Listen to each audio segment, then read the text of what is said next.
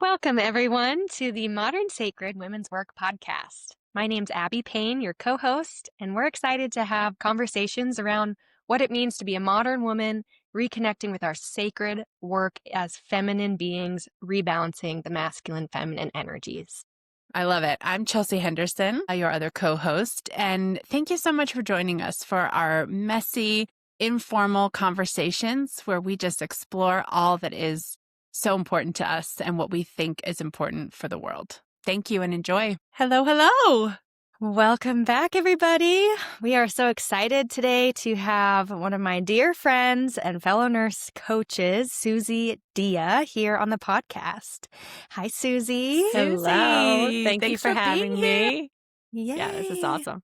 So I'll just read your intro here. Suzi is a women's health coach who helps women build the strength and the habits they need to feel grounded, resilient, and genuinely excited about the decades to come.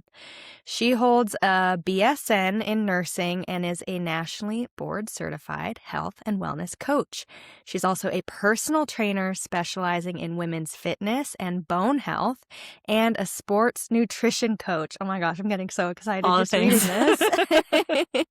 And if that isn't enough, she also has completed many certifications in perimenopause and menopause specifically, so she can support women in this very long, very confusing transition of life. Yeah. Yay! I am so excited to have you here and to talk about women's health and to talk about how women's health is different than men's health and give our listeners some insight into how to best take care of themselves through their lifespan.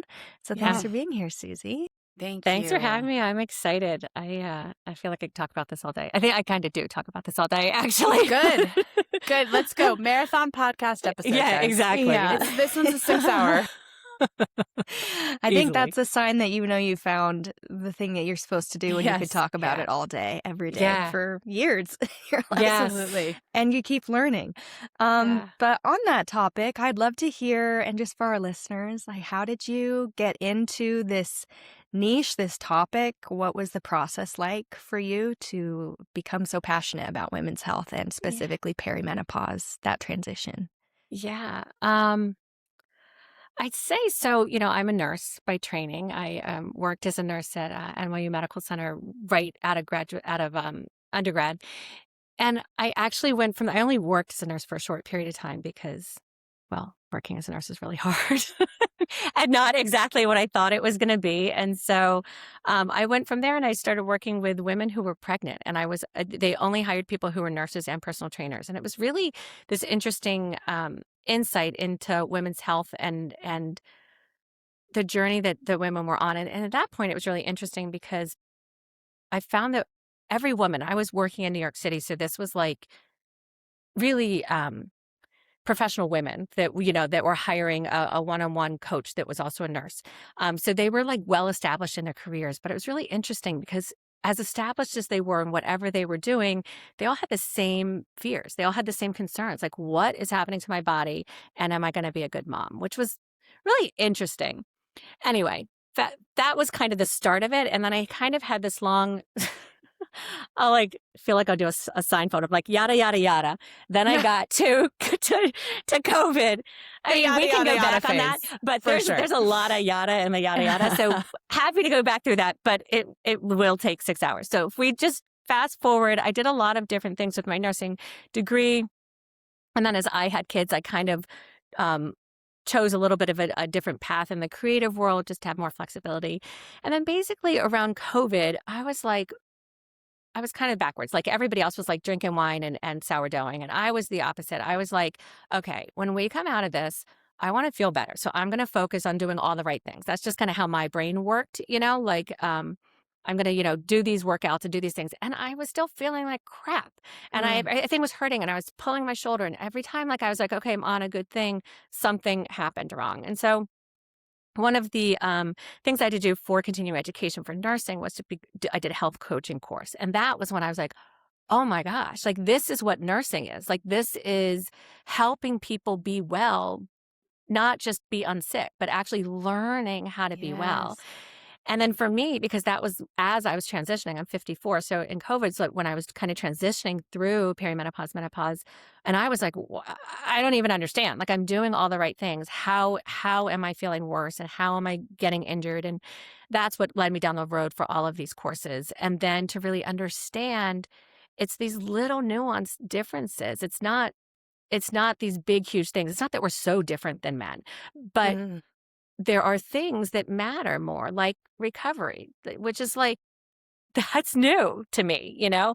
Mm. So that's basically how I got to here. It was like a little bit of a selfish personal journey. And then as it opened my eyes and I learned more and more, I learned that there was just so much more to help myself and to help others. Um, Two-sided, right? Like to learn, understand what to do is one thing, and then to understand how to do it is another thing. Because we can know to, eat fiber, eat whatever as much as we Right. want, but that skill of understanding how to actually make that change is the health coaching part. That I feel Mm. like is just, I mean, what a gift! Like we all, I just feel like it was a thing that I didn't even understand existed, and both for myself have had like dramatic health changes. Not that I was unhealthy before, but really impactful things in my life. And then my clients that I see that are like, like we'll make like a kind of wellness vision of where they want to go. Yeah. And then we'll revisit it, every 6 months or whatever. And some clients I've been working with for, a couple of years at this point, because they're like, can I sign up again? I'm like, if you got more to do, Yeah. I'm here for it. So then, we go back and read the wellness vision, and don't you know, it's like 80% there. And when they say it Amazing. initially, it's like, Mm. I mean, I would love it if I could be a person who exercised, or I'd love it if I could actually sleep, or whatever. And then they are, and so I think I continue to be inspired every day because I just see the power of the choices we make, and that I recognize both that they can be hard and that they can be really impactful, and that it's then not hard anymore, right? Because then we're like, Mm. oh, this was awesome. Like I want to keep doing this. Can I ask So you real quick? I yeah, with this, one of the things that's coming up for me when you're talking that I think is really interesting and maybe a little bit in contrast to our medical system is that the coaching aspect offers something that speaks a little bit more to the subjectivity of the individual. And is that something that you find like there's obviously things that are just kind of like generally true, but in that one-on-one space, it does feel like that's an important part that is missing from like general healthcare, right? Even like yeah, general nursing. Do you feel for like that's sure. important to you to just be able to like really hone in on who that person is and then take this blanket knowledge and Yeah. yeah, Yeah, because it's not only like at the very basic level of like, what are your goals, right? Because right. somebody's goal might be to Right. Yeah. whatever, to sleep better. Somebody else might want to like fix their body composition or grow stronger bones, whatever. So that's the basic part. But then also how each of those things are affecting us is different, even week to week. Yeah. Yeah. Like, if you're on a strength training program and you didn't get a lot of sleep last night, then maybe today isn't the day that you're doing what was prescribed, And so I Yes. think it's a lot more about leaning into that intuition of like listening to our body. Abby, you said this years ago, Yeah. and I still think about it, where you said our body whispers before it screams. It was a quote by Yes. somebody, and Yeah, I it was a forget who quote by said it. somebody else. Something Art's glass.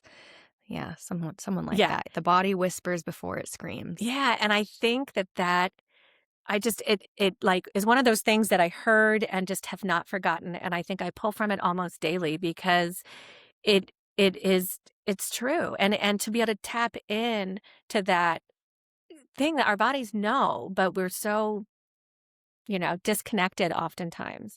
And so Mm. yeah, like helping whoever's in front of me really tune into like what their body needs in that moment, Yeah. because it's different. And that's the thing. I think that's why it's so confusing out there for what's going on with women's health, and because we all are busy and we don't, have time to think about all these things. And so we just want someone to say, do 10 reps and eat an Right. apple and go Right. for a walk and go Yes. to bed at 10:32, Yeah. but it's not, it's different for all of us. And so we, can take the knowledge, but also have to kind of decipher it for how it works for Well, you. and Yeah. that's empowerment to empower women, people in general with coaching, but women in your case, to listen to their intuition. If you're tired and you didn't sleep, you don't want to do your heavy squats today, listen to that. That's Correct. okay, that your body is correct, and teaching women to listen to their bodies as opposed to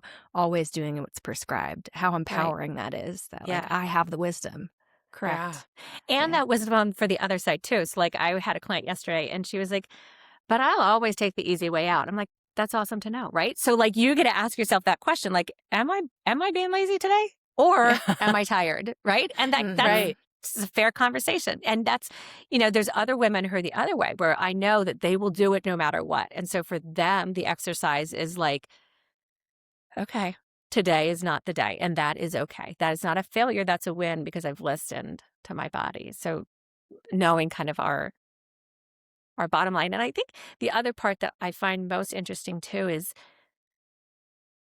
especially for women who are so busy and prioritizing everyone else, and then so often the number one thing I hear is, I just don't have time. I don't have time to do these things that are important to me. And I get that, right? None of us feel like we have time.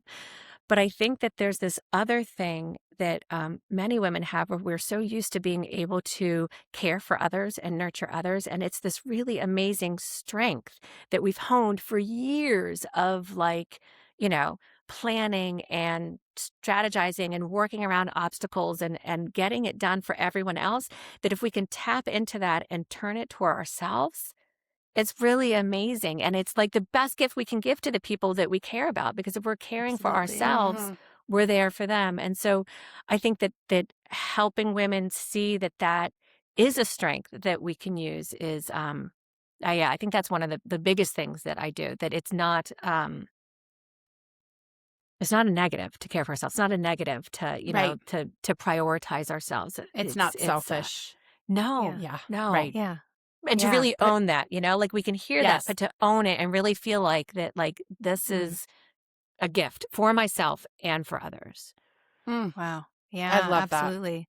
And that's where, exercise, taking time to work out is doing it in action. Because, it's one thing to say, no, I love myself and I prioritize myself. But it's kind of what came into my mind is, put Abby on the list.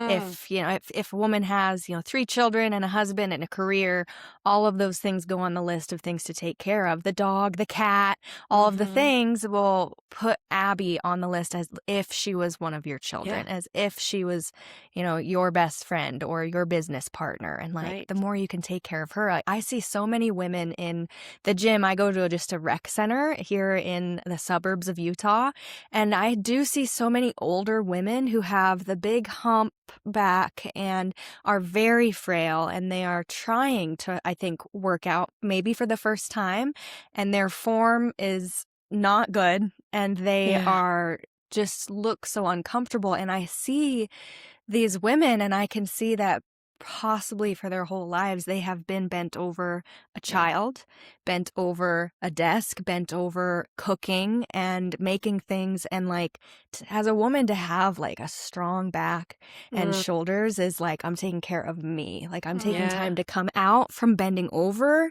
and serving and to come into myself and then having health long term. Absolutely. Yeah.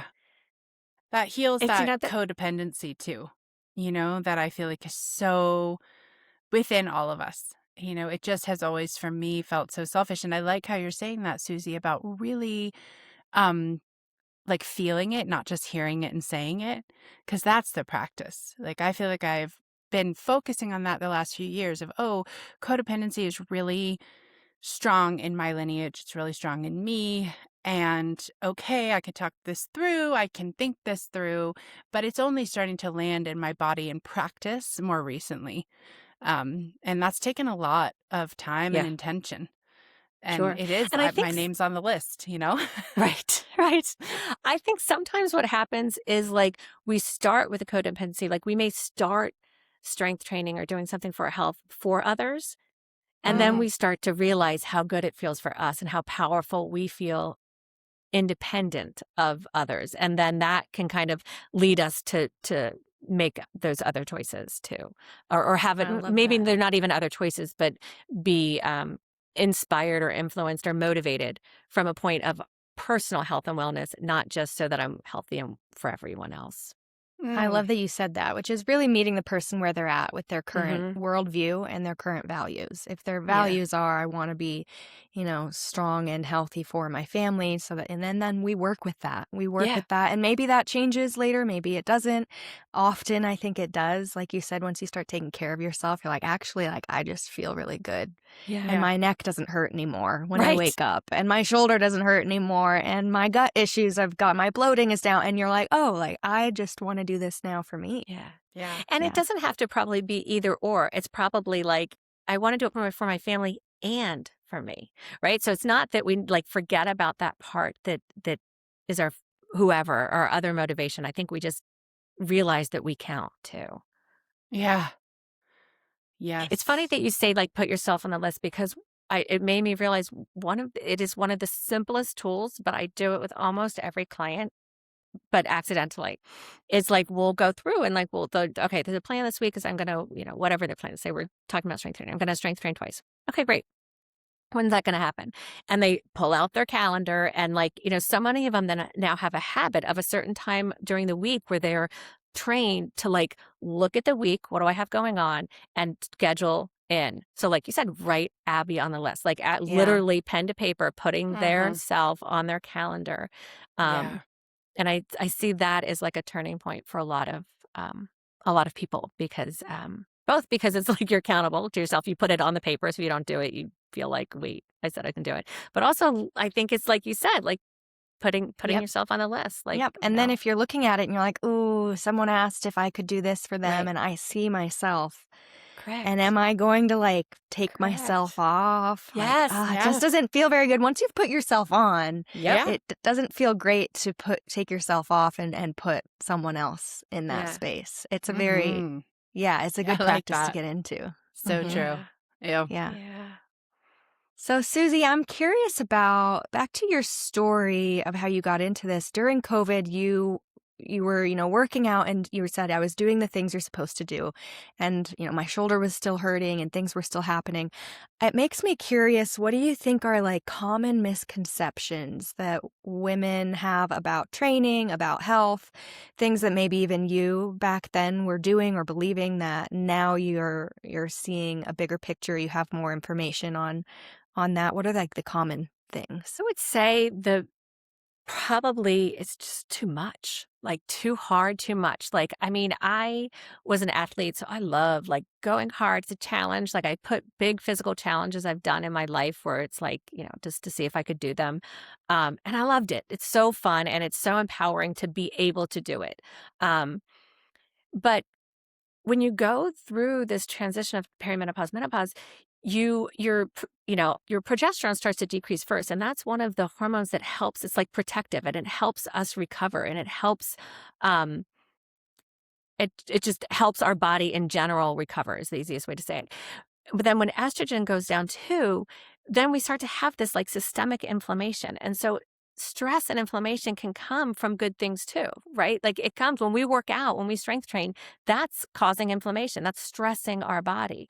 So if we are not recovering as well as we used to, then we can't do as much as we used to. But I don't think I got that message. And so I was doing the same workouts, the same really strenuous workout, but not prioritizing recovery in how I now understand I have to prioritize recovery. So my body wasn't recovered. So I'd like break it down, doing whatever workout I was doing and recover like to here, but then go in hard again and recover to here. So I was like in a constant Oh. level of like inflammation and Depletion. stress. Yeah, total depletion. Huh. And didn't understand, you know, just didn't understand that there was another way to do it. And I wasn't even like a crazy, like I'm going out running 20 miles a day. I mean, this was just like, your typical hour strength training, which may sound like a lot or not. To me, it wasn't. It was like my typical, but there just wasn't that. It was 5 days a week. Like that's what I do. I get up and this is the time I do it. And that was like my thing. Whereas now I realize I'm more intentional about the strength training I do. I do more specific strength training that has more breaks between muscle parts, so they have more time to recover. I'm more intentional about my actual recovery. So like I typically now I do different programs at different points, but right now I'm like a 4-day-a-week strength train person. So Monday, Tuesday, I'll do like a leg day, then an arm day. Then Wednesday is a recovery yoga day. Like Nice. I don't do like, it's not like power yoga. It is like yin yoga, like chill. Back Thursday, Friday, leg day, arm day, Saturday, yin yoga day again. So I Yeah. really prioritize my recovery, like, not, and I think I had to change the way I thought about recovery, that it's not just sit around and do nothing. Like it's Yeah. active, actively Oh, doing breathing, interesting. actively meditating, actively yoga, actively thinking about how I'm sleeping, actively thinking about how I'm fueling my body. Because that's another Mhm. stressor. If we're not getting enough food, our body's like, what the heck? What do you want me to do all this Yeah, stuff? And like, you're totally. not giving me the nutrients to do it. On So then that empty. stresses our body. And Yep. so it's Yeah. just, everything is just that much more inflamed in our body. And so that's why then we have uh, many of the symptoms that we have as our hormones change.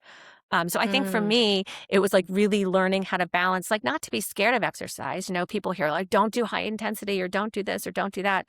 That's the message. That's the why. Like, so it doesn't mean don't do it. It just means pay attention to what's happening to your body. So see Yeah. how it's affecting. I know high intensity is still good for me. And I know in the days I do that, I don't sleep as well. I know my body is a little Interesting. bit, but Huh. 2 days later, I sleep well. So I know it just takes me longer to recover. So I'm not going to do a high intensity. At most, I do it twice a week now, maybe once a week.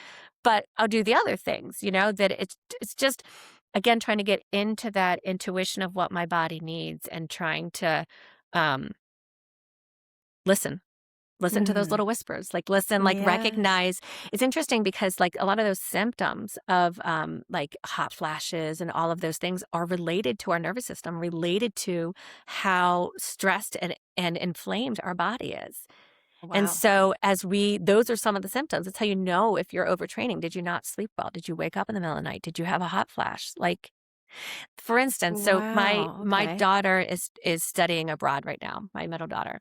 And I don't really drink alcohol anymore because as I went through all of this, I was like, okay, yeah. Unfortunately, when I have a glass of wine, I don't sleep and I have a hot flash Yeah. and that sucks, but that's life. And so Yeah, I just, we figured had that our out. fun. It took, yeah, exactly. That's unfortunate, but whatever.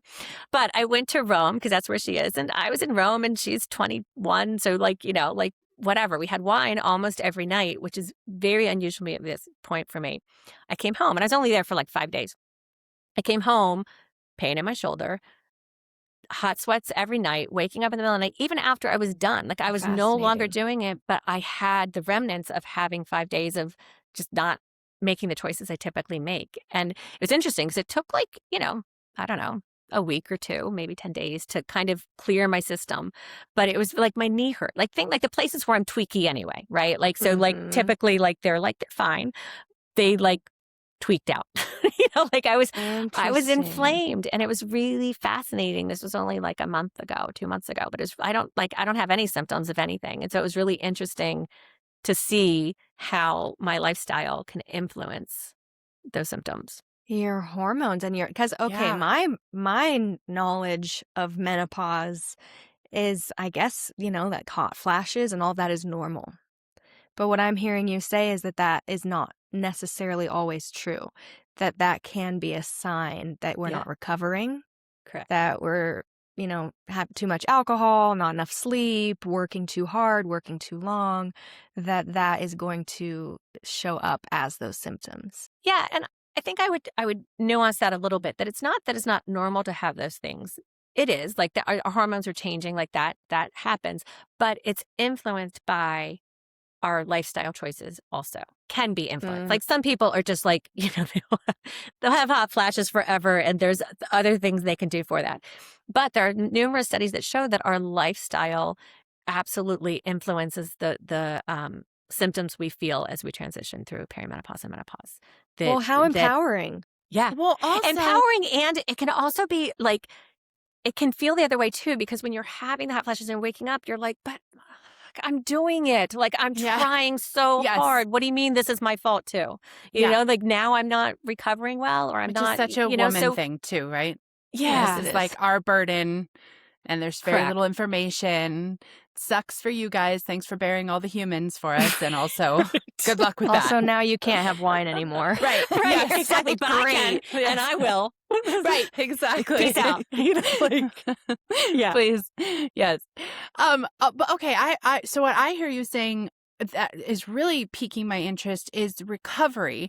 So like I lift weights. I typically do 2 to 3 days, and I've been lifting weights for several years now and have been kind of aiming for this. Like my goal for the last several years has been to squat 300. I'm still at like 250, 265, but you know, amazing. It's heavy, right? And yes, it is. Yeah. one of the things that I do is I was trained initially when I started training a few years ago. Our trainer that my sister and I worked with was a 24-year-old man, lovely human, very like kind of like calm, and he didn't have a lot of but he was a 24-year-old boy, right? Like he had more in common with my 6-year-old son than with me, and he tried, but that like was a lot of potty humor and stuff like that too. God, and just like the let's throw balls at shit kind of vibe here's this and throw a ball at it, and then that's like cool, whatever.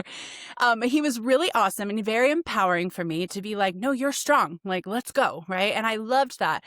But one of the things that I really loved about this space with him is that he did give me this sense of permission, unlike trainers that I'd worked with before or exercise classes I'd gone to do it at my pace. And my pace is a lot of focus on breath. So I'm going to be lifting a heavy weight, but I'm not going to be like, boom, boom, boom, boom, let's go. Like turn that music up. Like, because if I do that, I'm fried. And I'm not, and my thing that I find a lot is irritability. And then I'm irritable with my poor long-suffering husband who takes the brunt of all my irritability and sometimes deserves it, but most of the time probably does not. And my son, and I don't like that, right? And so I've been really focused on that. And that felt like this really interesting, like I was almost recovering in the same moment that I was activating myself on this level. Interesting. And I have a yoga background. I did yoga teacher training and taught for a short bit, but I really did it to deepen my own practice. And I remember being in these high intensity, more high intensity yoga classes, whether it be some sort of hot or, a really strong vinyasa flow or something. And seeing a lot of women who would come in and they're, really strong and lean and all this, and they would push themselves in, and everybody's in a handstand and everybody's so impressive with their postures, and they would leave for Shavasana. And I thought, oh God, like what, that to me felt so like sad, because that moment was when all of what I had done in that hour and a half was integrating. So I am hearing you talk about recovery in a much more dynamic kind of way than just like you do some stretching and you drink a protein shake and you're done, right? Like it's like the recovery is kind of integrated through the lifestyle as well as the workout. Can you talk about that a little bit? Because I'm really inspired by this. Yeah, I have to say, well, first of all, the recovery is where the magic happens. That's when all the adaptation happens. So you can strength train as much as you want, and if you don't recover, like your muscles just keep breaking down and breaking down, breaking down. Wow. So as soon as you rest, that's when your muscles build back up again. Period. So that's where everything happens. But secondly, I love the thing you were saying about breathing when you're exercising, because I've just been toying with this myself, in that, thinking a lot about the sympathetic versus the parasympathetic drive. And, sympathetic is like that fight or flight, and that we're like, whoo, like the big power. And the parasympathetic is kind of that rest. And I've been playing with that also in my strength training, of thinking about kind of like letting go and breathing, and like just letting the muscles that need to work. Because I think especially when you have a really heavy load, at least many people tend to like brace in all these things in a way that isn't helpful for our body. It isn't how our core should be working, first of all. But second of all, I'm also thinking like, it's like just putting me into this extra sympathetic drive. Like, is it possible to be in a little bit of a parasympathetic drive? I don't know. Like, this isn't based on anything. It's just something that I've also been kind of playing with, like your intuition. Yeah. Like, can I exhale in a way that's softer, that's just not calling in this full, like, extra unnecessary energy force, whatever, tightness Yeah. thing. Like, Yes. can intense exercise be calming? Yeah. In a way. Like, I yeah. lift weights as well, like 3 or 4 times a week, and Yeah. usually I go, and it's very relaxing in a way because 'cause I'll put in my music, and I rest between sets and everything, Yes. and recently I went with my husband, and, the squat racks are very limited at my rec center, there's just 2 of them, and it was Yeah. very busy, so Right. we snagged one, and there was, our weight difference is so big in Sure. terms of what we can lift, so Yeah. it was like, "Okay, my set, strip Zach's weight off, put my weight on, do my set, rack the bar, take my weight off, put Zach's weight on." Right. Zach does it, and he wanted to listen to, like, Dr. Dre, Eminem, he wanted to get pumped up, and Right. he's like, there's noise going on, people are like, "Are you guys almost done?" And we're like, "No, we're not," and it was so stressful, and I left and I Yeah. was like, "I prefer to work out by myself. I'm sorry, Yeah. Zach, but Yeah. I liked having you there in a way to spot me and stuff like that, but that was stressful. When I go, Yeah. it is just me. It's my weight. It's my Right. bar. It's my Yeah. music. I get to actually rest, not be helping Right. you take off Right. 80 pounds. Right. Fair and point. put it on. Yeah. It's totally different. And yeah, it when I leave my workouts, I feel more regulated. Yeah. Isn't that Yeah. interesting? That's really Very. great observation.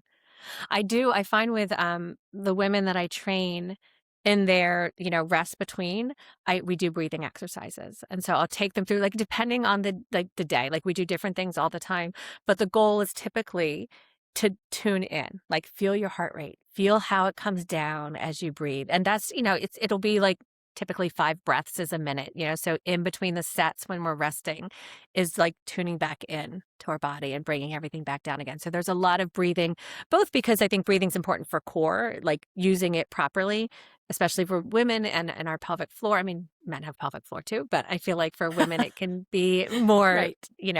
problematic, especially as we age and lose estrogen. We lose estrogen in our pelvic floor too. So yeah, I think that breathing. I think breathing is like literally like the elixir for life. Like it is one of those things, Yeah. again, my kids, like when they're stressed out, I'm like, I think you need to breathe. And they'll be like, if you tell me to breathe one more time. And I'm like, okay, I know. I think you do Totally. need to breathe. Yes. Yes. Understood. Also, I know Yeah. that we're breathing. Like I get it. And we're not, like there's just Totally. another Yeah. way. Yeah. And I think for me, it's just been magic. Like I don't know if you guys follow HRV at all. Like if you do anything, like I love all like Heart the rate little, variability. yes. Yeah, And I it's on love like my watch. Yeah. act. So all these little data things, like I'm a data person. I love it. But I saw like literally my HRV doubled, and I had my HRV was fairly low, which again happens as you go through menopause, but also happens if you're in a more stressed out state, if you're in a more inflamed state, which is what happens when you go through menopause. And just simple 10 minutes of breathing exercises a day Mhm. doubled my HRV. Like, That's incredible. yeah, really powerful. Um, but I'm again, sorry. I don't we were know. talking about, like, yeah, you I'm keep on getting kind of fuzzy there. sorry. I You're like in the Matrix. I know, I she am is in a the little Matrix, fuzzy. actually. I'm coming to you guys from inside the illusion. I was just gonna say I don't know anything about heart rate variability. So you want it to be more varied High. than not. Correct. So heart rate Okay. variability is like the amount of time between the beats of your heart. So I had always thought like your heart's like bum, bum, bum, bum, bum, bum, really regular, that there's no difference. But when we're in a sympathetic drive, there isn't a lot of difference because our heart rate's like, okay, I need to keep going. I need to do this because my heart needs me to do this. My body needs this. When our heart rate, when we're in a more parasympathetic drive, our heart rate's more relaxed. It can like hurry up when you need to and then go down. So there's more variety based on what your body needs. So not theoretically, so a higher heart rate variability is often an indicator that our body is in a more parasympathetic state. In general, the things I've read are like, it's not like mine versus yours. Like we all have Mhm. like our like heart rate variability that is what it is, but the trend of it is what can matter. And as we age, it typically goes down. So it's just an indicator of, again, for me, I think, because that was like a new concept to understand how much recovery was needed, that I was like, but how do we know? Like, so I wanted like the formula. Tell me, how Yeah. much can I Give me the do? data. Yeah. What data point do I track? And for me, heart rate variability as well. Because Yeah. I learned about heart rate variability a few years ago. I was training for a half marathon. I got an Apple Watch and it was saying heart rate variability low. And I was like, well, I'm running. Right. You know, and I was like, all I Yeah. saw was like, this is some marker of health. And in my mind at the time, I was like, the more exercise equals the Yes. more health. So I Right. guess I need to run more. I guess I need to work out harder. And my number was not moving. And I'm like, what am I doing wrong? And then when I started to learn more about the nervous system and meditation and vagal tone, which for Yes. listeners out there, we have this big nerve that goes from our brain through our whole body, through all of our organs, our lungs, our intestines, our diaphragm, all the way down to your rectum. And it is the main driver of your rest and digest state. And you can train this to be stronger, which is kind of what heart rate variability will be measuring. And same with you. I noticed that finally when I started meditating and breathing, all of a sudden my heart rate variability was double. And I was like, Right. wait, what? No Okay. way. So this means that I am training my nervous system to have calm as its default mode, Yeah. as opposed to stress as its default mode. Yeah. I am rewiring my nervous system Yeah. through, breathing, meditation, slow walks, stretching, yin yoga, Yeah. box breathing, all of Yep. those things that Yep. you can look into. It's like, wow, I can retrain my whole nervous system.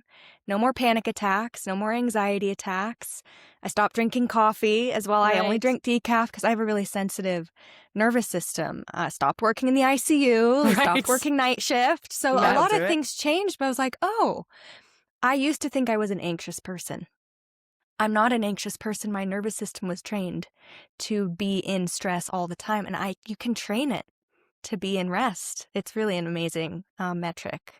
It's amazing. And I think that the part of it that is the most astonishing is there's like this like trust that has to happen, because when we're in it, it just is who we are. Like I said that to my husband the other day. I'm like, I think I just used to be like, ee! And he's like, yeah, think? He's like, I could have told you that. I was like, oh, I didn't know that. But it was like, this just was who I was. Like, I didn't know that I was, that there was another option. Right. And Me so now neither. to have really focused, on recovery in whatever manner, and realize that there is another way to feel in my body.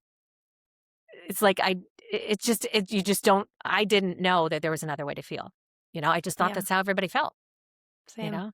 Yeah. Amazing. really- Yeah. I'm obsessed with Okay. the vagus nerve, by the way. Yeah. Same.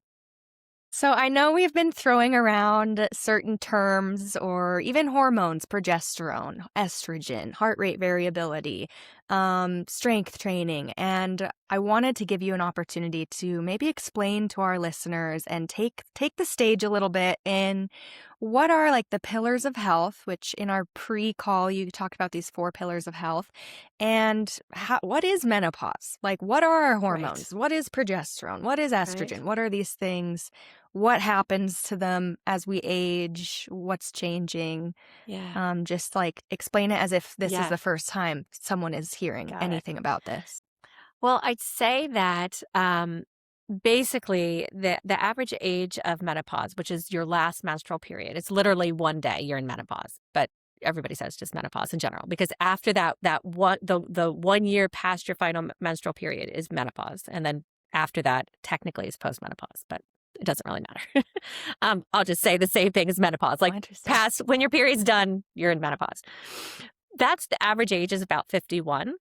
But perimenopause can last up to 10 years. So that means in your 40s, pretty much you're in perimenopause. And if you have been, having babies, probably until your 30s, like you're kind of like go from like pregnancy to perimenopause to menopause. Like your body is in this cycle. And so the perimenopause stuff, your hormones are transitioning out. And so some days you'll have super high, some days super low. And it's a slow transition to like basically very little hormones. Whereas for a man, their transition is this like, longer, slow slope. For women, it's like it can be over 10 years, but then it's just this, cut off. And that's Boom. why the Oof. symptoms are so much more abrupt, so much more severe, I'll say, if it's the wrong word, um, noticeable, I'll say. Yeah. Because estrogen, what people a lot of times don't realize is that's everywhere in our body. It's not just a fertility hormone. It's in our brains, it's in our skin, it's in our bones, it's in our intestines, it's in our heart, it's in our vessels, it's everywhere. And so when we have less, we feel that everywhere. And that I think is one of the big things that happens, again, to make everything more noticeable.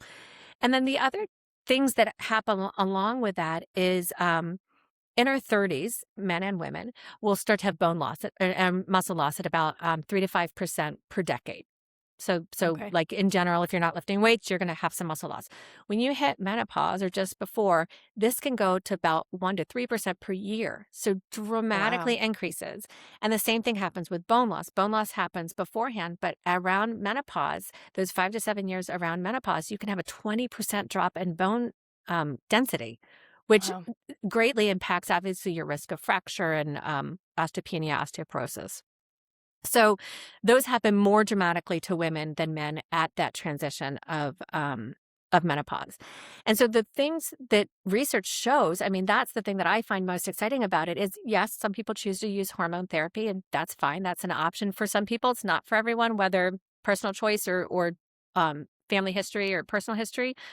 But regardless, if you decide that hormone therapy is for you or not, the lifestyle choices are what makes the big difference. So Wow. even if you decide to take HRT, but you don't follow these 4 pillars, which I'll talk about, your benefit will be greatly reduced.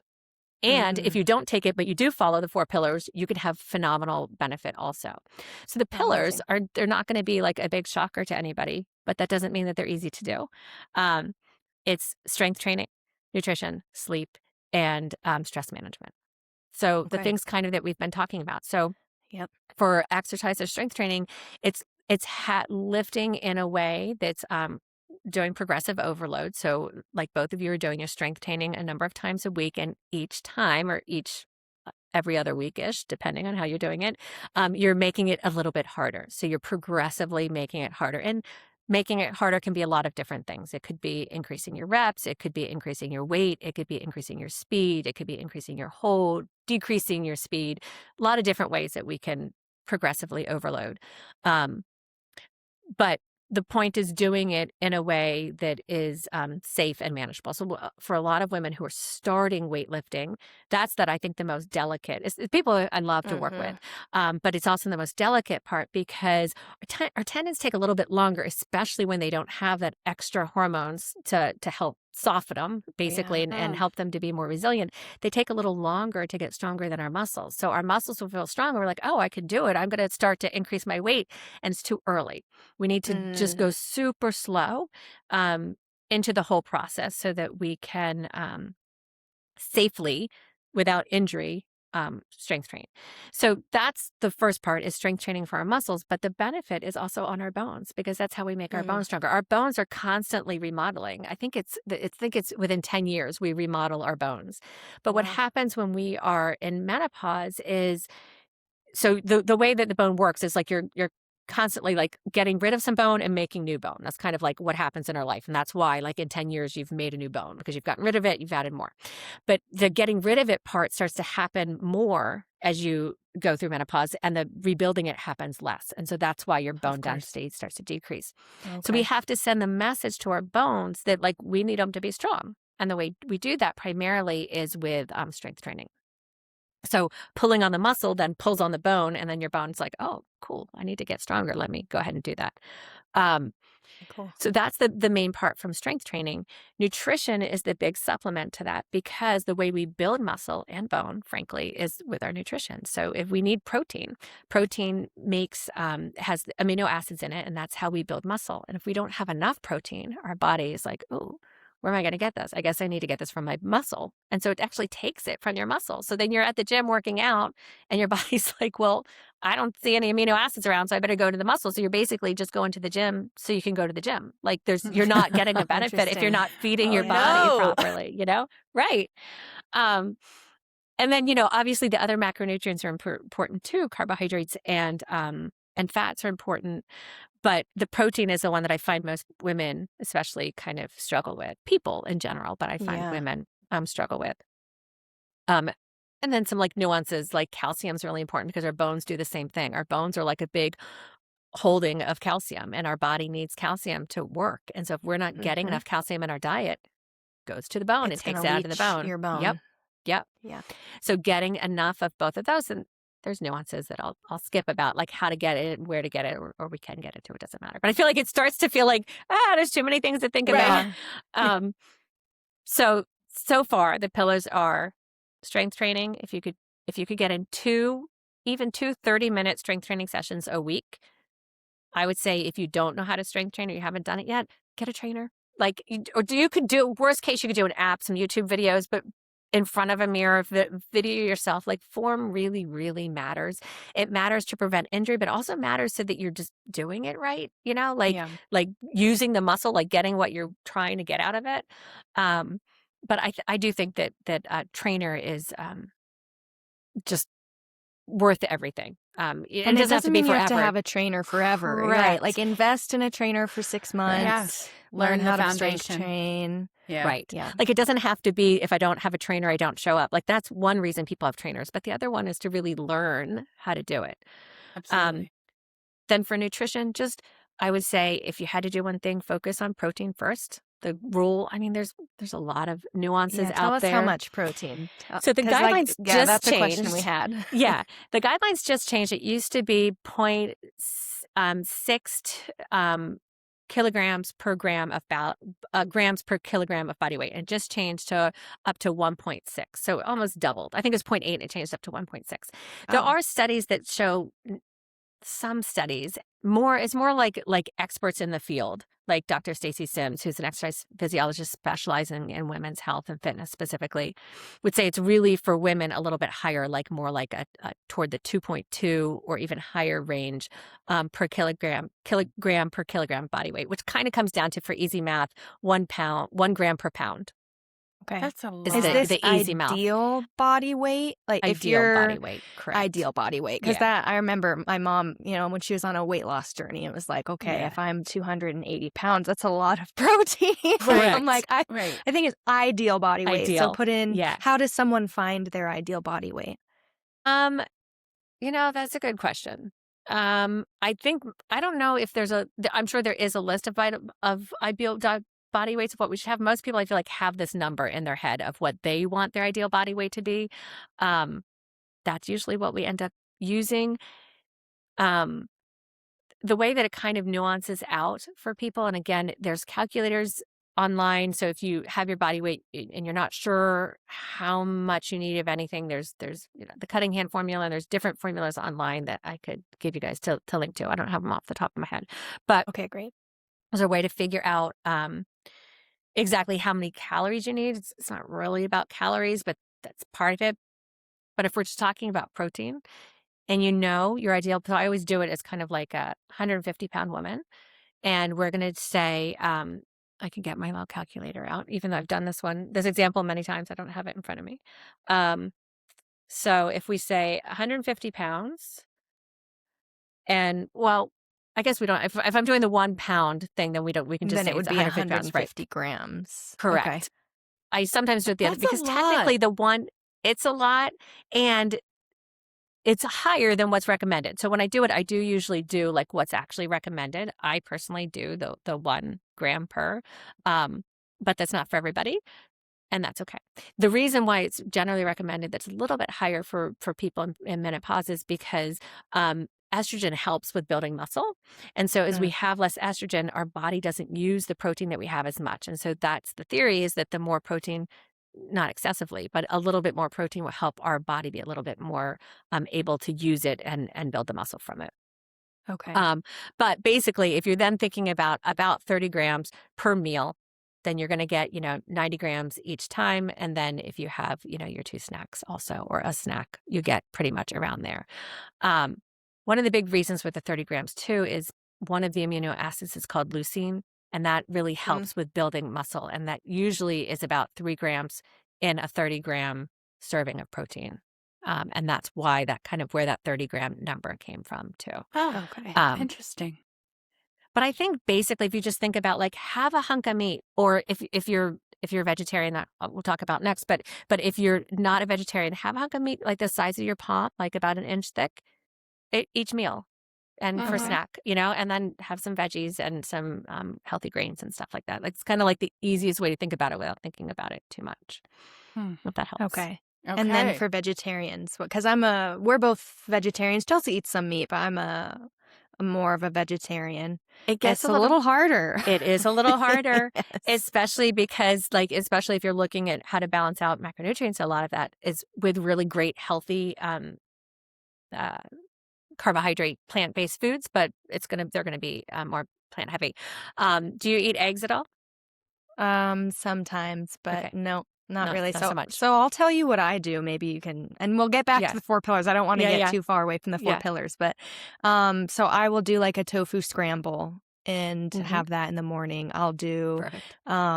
like a chickpea frittata with protein powder in it that I make, or another one that we make is a breakfast burrito with tofu in it. But even still, I mean, I've been tracking. I've been using a tracker to see what my protein is at. And you might think, oh, I just had a big hunkin' thing of tofu scramble, and then I'll measure it out, and it was 18 grams of protein. Yeah. And I'm like, oh, it is harder to get enough protein as a vegan, and the leucine count is lower. That amino acid that you were mentioning that helps specifically build muscle is a little bit lower in plant sources, which means vegans maybe need even more protein in order to get the amount of leucine that we need. So I do have a protein drink every single day.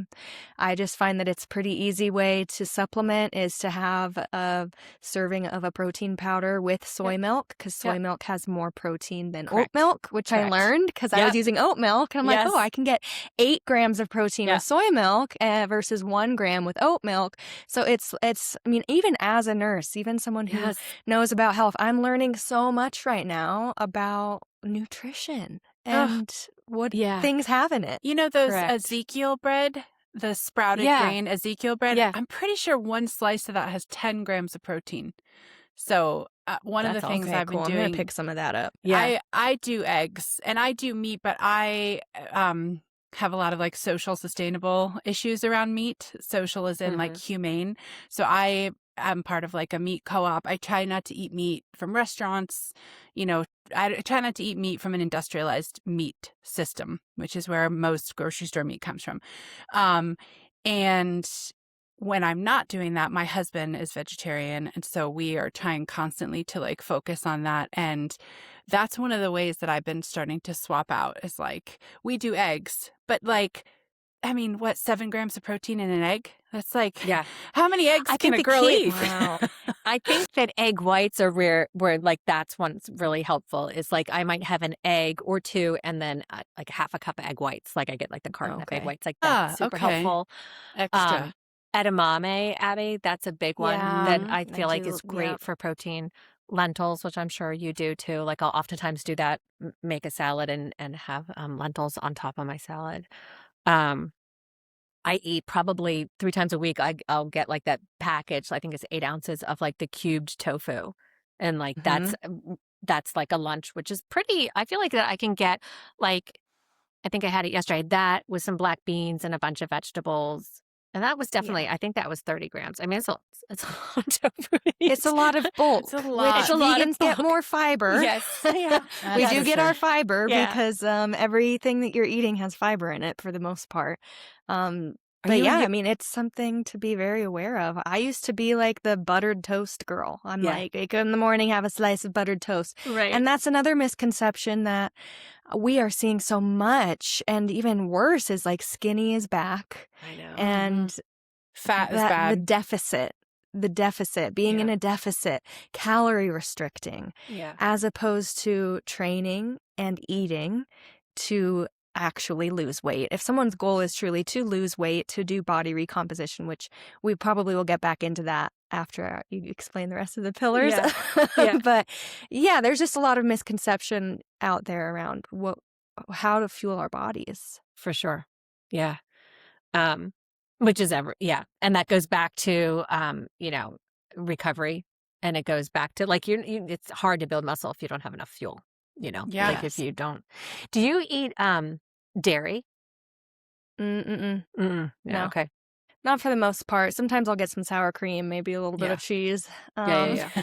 But like a couple weeks ago, I got a dozen like regenerative certified eggs because I was just feeling it. I'm like, I want some eggs. And they were so delicious. And by the 12th egg, I was like, ew, these come from a chicken. I know. I just like got so weirded out. And I undercooked one of them and I was like, no. So I've considered, Zach and I, my husband, have considered just adding those to the rotation. So maybe one week it's tofu scramble, next week it's the frittata, next week it's the breakfast burritos, and then the fourth week it's eggs. Right. And then, just to kind of add that in a little bit. A little bit here and there. Yeah. My latest food that I'm a little bit obsessed with, I feel like I evangelized about things when I'm like finding anything, is basil seeds. Do you know about basil seeds? No. So they're kind of like chia seeds' cousin. They're very similar to chia seeds, but they're a little bit bigger and they don't have to soak. So like a chia seed, you kind of will soak it for like an hour by the time to get it gelatinous and can kind of eat it. Basil seeds are like 5 minutes. But they have more soluble fiber and they have same thing, like a good punch of protein. They're great for you. And I think they're good. I think they're just hard to find. Yeah. Where do you get those? I get them on Amazon. The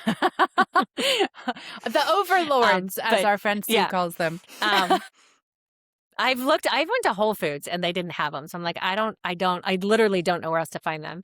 But that could be another source of protein too. Like my breakfast is typically like, the basil seeds or chia seeds, though I do have yogurt with it also. But soy milk, I'm a big believer in soy milk.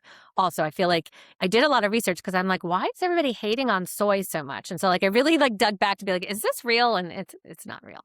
It is not real. For anyone who's listening and thinks that soy gives men boobs and that soy is full of estrogen, soy has phytoestrogen, which is it just molecularly it looks similar in its structure, but it doesn't like bind to your estrogen like sites, to your cells like estrogen does. It just looks similar.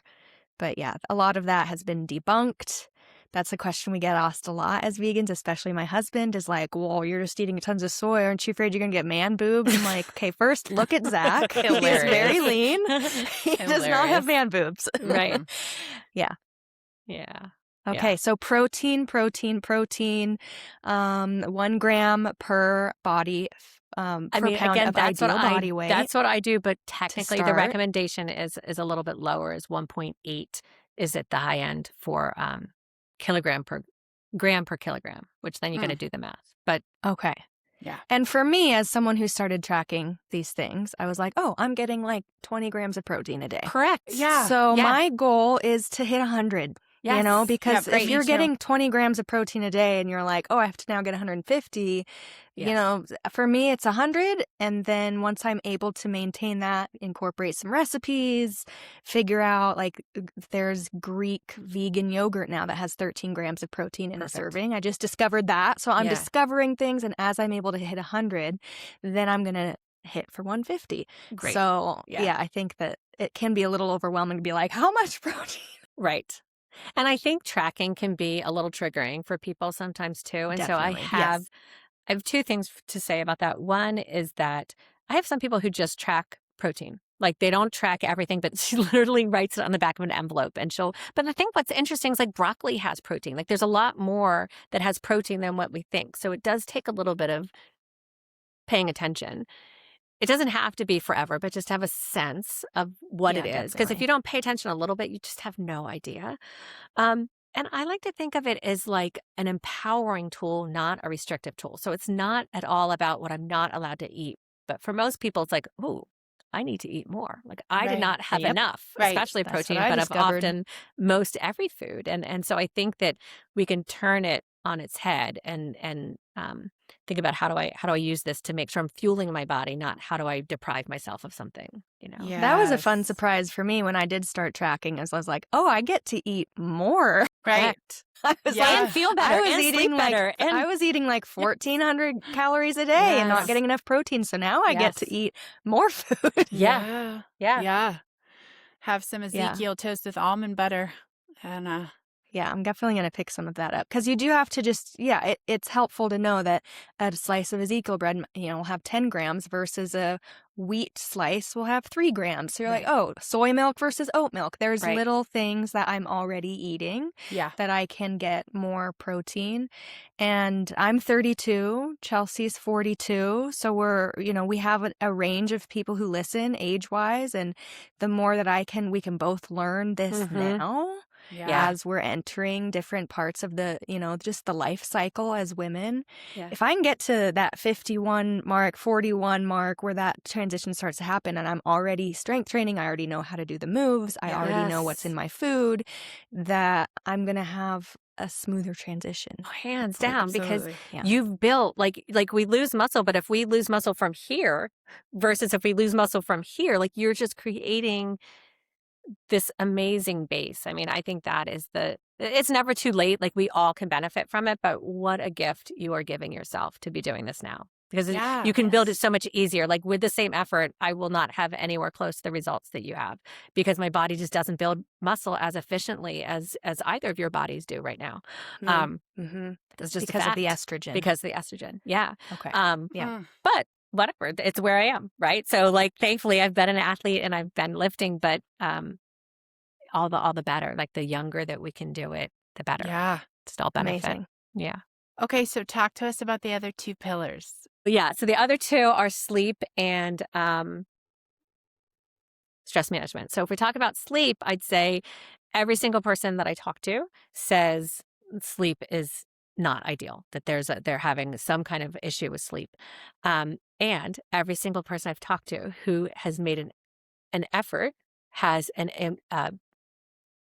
betterment of sleep, has a progressive, fixes sleep in some way. What's the right word? Improvement? Thank you. And has Yeah. an improvement in sleep. And that doesn't mean like sleeping like when we were 15, right? It just means Ugh, better the than it days. was. Yeah, right. And so I think that the ways that we can think about our sleep are like those things that we know, like that sleep hygiene of like really being honest with ourselves of, what is our room like? Is it quiet? Like, is it dark? Is the temperature at 62 or lower? Like a couple of years ago, maybe 2 years ago, I was realizing that I wasn't sleeping so when I realized I was getting up at 5 o'clock in the morning, but I was tired. I was like, why am I getting up at 5? It's because the sun was coming up. And so like I blacked out my windows like a crazy person. My Yes. husband was like, I'm just going to stay quiet about this one. You're like, I'm in perimenopause, all right? Just Shut leave it. it. I need to sleep. But what a huge difference. I mean, that alone was, but every day waking up, an hour at least before I needed to, just because of sunlight. So really being aware of those like our situation. If there's pets in our bed, if our partner is wiggly or snoring or whatever, like sometimes we gotta like sleep somewhere else or do something to really protect our sleep. That sleep is the basis for everything. That is when our body repairs. That's when our brain repairs, our muscles repair. That's when we lose fat. Like all of the things happen in our sleep. So if we're not sleeping, we're not recovering. So really prioritizing that, like protecting that in a way, like it is our job because it is like lets us function. So really, so those are those things.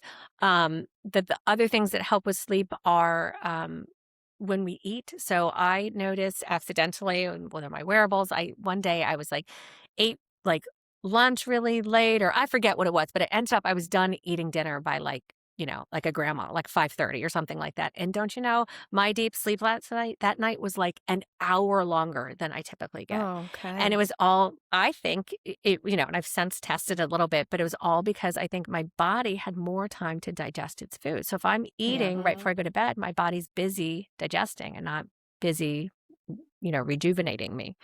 Um, so thinking about our meals and trying not to eat super late. Alcohol, as we talked about, the big bummer, but Yeah. it's what it is. And again, that doesn't mean that like there's no judgment. Like you do you. If that works for you and you can have a drink and sleep, awesome. Yeah. Many women find as they go through perimenopause that menopause, your liver size actually shrinks. And so your ability to detoxify Of course it alcohol, does. of course, Seriously. right? I know. So your ability to actually deal with it, I mean, it was like it was absolutely different for me. Like it's not like that I was just like realize, oh yeah, alcohol isn't good for me. Like it really is different now than it was 10 years ago. Um is what it is. Like, like Yeah. it's so I make the choices that I want to make based on that, but knowing that those can impact. So sometimes now people might have a drink at lunch for if they really want to drink versus dinner, Day something like that. drink, Where guys. hands down, Day Yeah. drink. why not? Don't evening drink. It's Evening all drink's good. bad. Boozy Just lunch. don't Have a stop 10 drinking, a.m. whatever you beer, do. go on a hike. A beer with your Exactly. scramble, mix it all Yeah. in. There's lots of You're gonna protein get in it in. beer, right? So Yeah, I wish. Protein heavy beer. I Well, bet you I'll there is definitely protein beer notice. now. I would I bet. bet there is. God, I of mean, course. my watch is like, are you okay? If Yeah. I drink Yeah. past 8 p.m. for sure, even 6 p.m., I watch the next day will be like, I don't know that you're okay. What's happening? Your sleep Yeah. was shit. Your heart rate variability is down. You might Right. be getting sick. And I'm like, oh, I might be getting sick. Right. And then I don't get sick. And then I'm like, oh, it was because I had 2 glasses of wine. Right. Right. Yeah, it does make a difference. Yeah. Um, Okay, sleep. so I think what are the other parts of sleep? I mean, they're the things we know, right? Exercise helps the zone 2 more than extreme. So I think it's not necessarily. And the other thing that's big, sorry to just interrupt myself, is getting sunlight I in do your it all the eyeballs time. in the Sorry, morning. Susie. I do it all the time. um, getting sunlight in your eyes early in the morning is like supposed to help with our circadian rhythm and our melatonin secretion, and so that our And body knows it's time to go to sleep. I'm a big fan of sunrise alarms. Yes, I have yes. one, and Zach has one, so we have one on each side. Oh, And those suckers get bright. Oh, I interesting. recommend getting a good one. So, like a Philips brand, not the, Amazon has the $15 sun lamps. Yeah. Sunrise alarms, they don't get very bright. These get so bright. I mean, when I was waking up to do 5 a.m. shifts in pre-op, waking up at 4 a.m. to a completely dark room is Ugh. so bad, to a blaring alarm Yeah. is so bad for your hormones, for your brain. So the sunrise alarm, it slowly warms up over the course of an hour, and it has to be within an arm's length from your face, so that your eyes, it will start to reduce that melatonin and start to increase some cortisol because your brain is sensing that there is some sun, like some light coming in. It absolutely revolutionized my wake ups. And then the alarm is like tweeting birds. And you just wake up and you're like, oh, I feel so refreshed. So definitely That's recommend awesome. those. I'll have to check that out. I've not tried one of those, but I'm sure it would work because, like I said, with my blackout shades, like I'm very light sensitive. But I think that really just taking a minute to just kind of go through the list and like being honest with yourself, like every single time that I talk to people, myself included, I'm doing all the things. I'm just not sleeping. And yes, we are not sleeping. Like that is valid and true based on cortisol and based on all the things that are going on. And there's often some trigger we can pull, some lever, something that we're not haven't really honed in on with our sleep strategy and our sleep hygiene. And so really prioritizing even what time we go to bed, what time we go to, like a lot of times people are like, yeah, I go to bed. And then they really pay attention for it. We can like, yeah, I was in bed at midnight every night, or I went upstairs. I started thinking about going upstairs at 10:30, but I didn't get upstairs until midnight or whatever. And that's where I see the magic happen when people really own, their behaviors and their lifestyle choices and decide where it feels good to pull a lever and what levers feel just fine where they are. Um, and then acting on them and seeing, you know, something really simple like going to bed at whatever time, you know, like my Aura ring told me I was a morning person. I told my family and they're like, yeah, we know, you know, like, They're like, you could just ask us yeah. because But like it tells me like at 8:30, it's like you should be winding down, which sounds ridiculous, but guess what? I'm tired at 8:30. Like that is my chronotype. That's when I don't go to bed at 8:30, but I kind of want to, you know? And so like recognizing that and trying to like for me not go to bed later than 10 is really important for my sleep. And that's when I get to sleep is if I go to bed and still get 7 hours of sleep, but I go to bed at midnight, I'll get way less quality sleep than if I go to bed when my body Yeah. wants me to go to bed. Yeah. So I think all of those things start to nuance out, and it can be as detailed and nerdy as it is like I was just talking about when I get into all this nuances, or it can just be like, right, I need to turn the temperature down and shut the shades, yeah, right? Or right, I cold just need to rooms are go great. upstairs at 11 o'clock, or I just need to get an alarm that's different, or whatever thing that feels right for your body. Like typically as we're talking about, there's that one thing that's like, oh yeah, I don't do that one. I need to, I could Yeah. do that.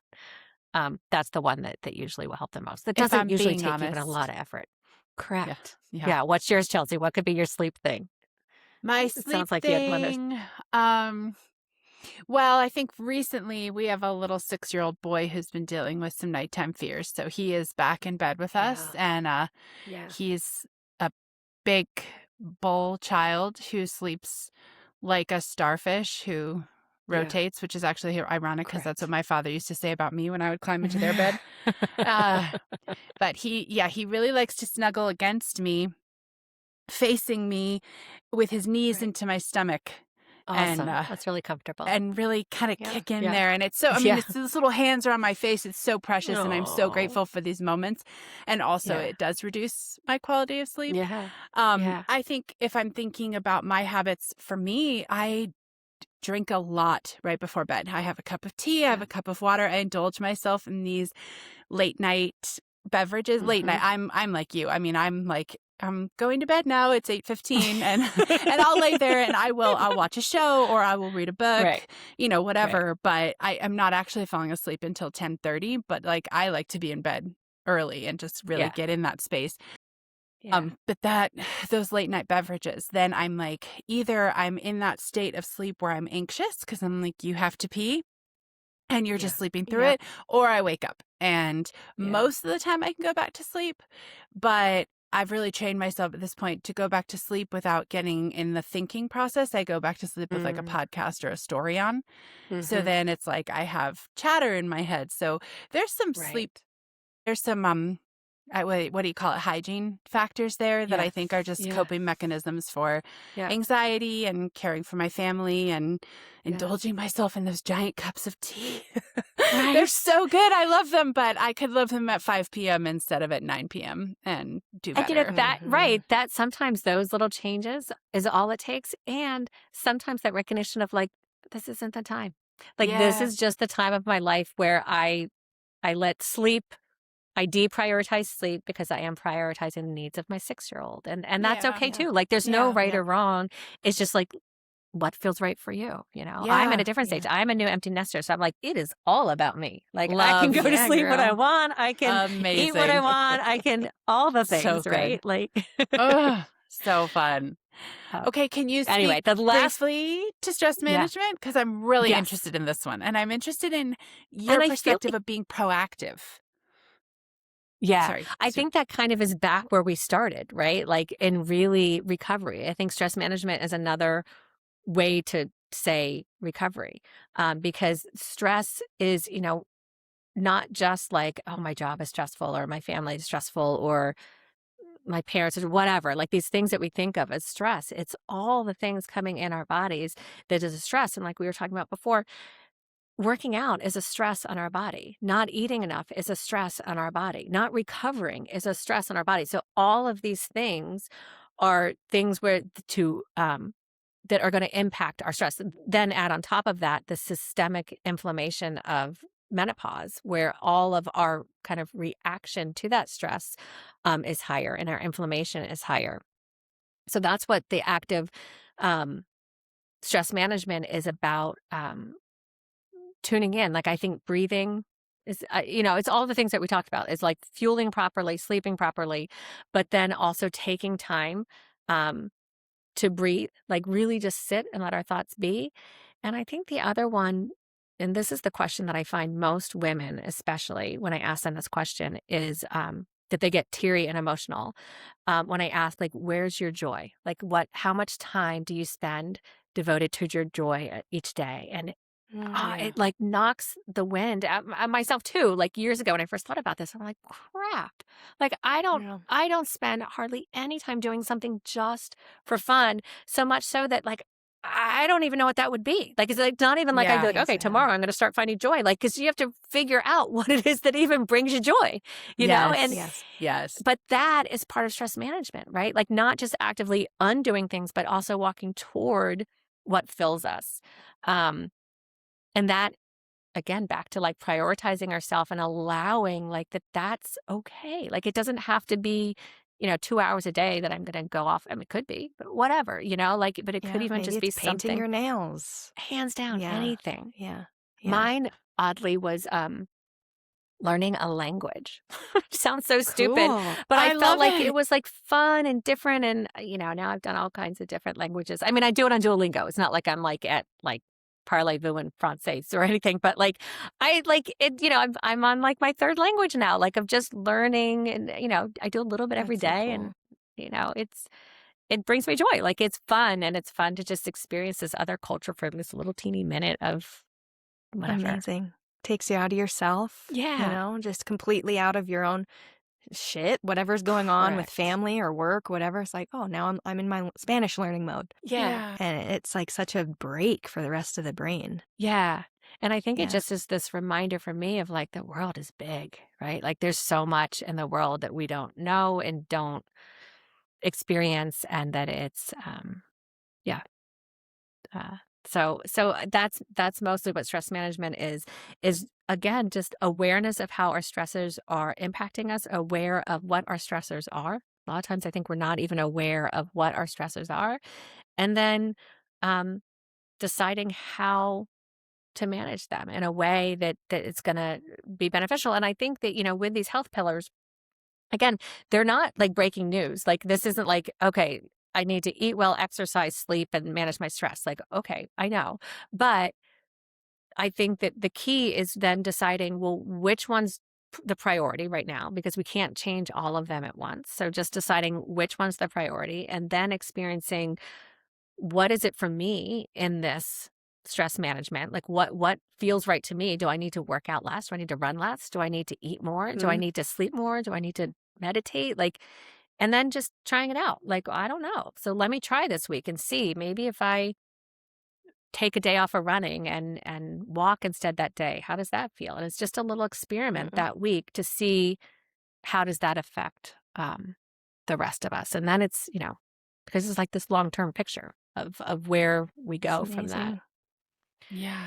Oh my goodness, Susie. We could talk about this all day. I Seriously. have so many more questions about Seriously. things like body recomposition. What does that even mean? And Yeah. reducing fat and things like that. Chelsea, what do you think? Do we make this a 2-part episode? Do we move the rest of it into the members only space? I mean, I feel like both. We have so much to talk about. Yes. I feel like Susie, if you're up for it, let's we'll cut this now and then we'll talk a little longer today, even just kind of talking to you about some of our specific questions that we kind of draw in our modern sacred stuff. And then maybe we have you back. And then also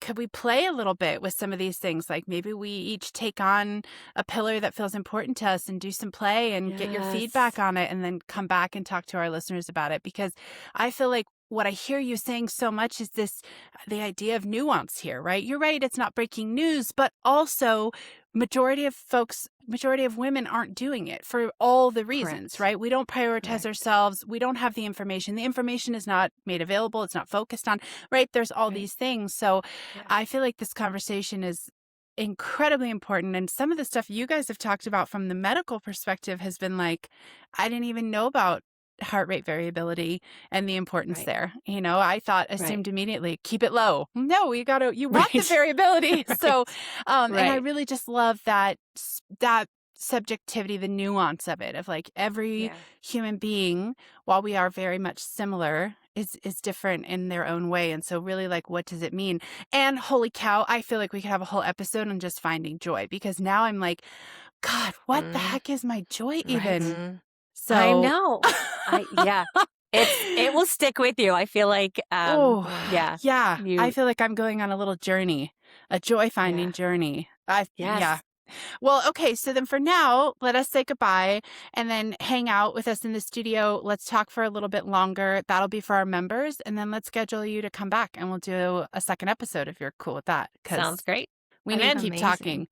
Well, Yeah. for So today, Yeah. for this episode, holy cow, thank you so much. You're a wealth of knowledge, and the way you deliver it is so approachable and kind and inclusive, and that means the world to me. It's really the only kind of people I want to be around. Yeah. So I'm really Yeah. grateful to Absolutely. you for coming here and for sharing this with us and for sharing this with our listeners, and for helping women with this. And for our listeners, we're going to put all Suzi's info in the show notes, how to connect, how to work together with you. You do virtual, right? So any of our Yeah, listeners Yeah. can connect. tell us how people could work with you. If someone Yeah. is like, "Holy shit, I need this.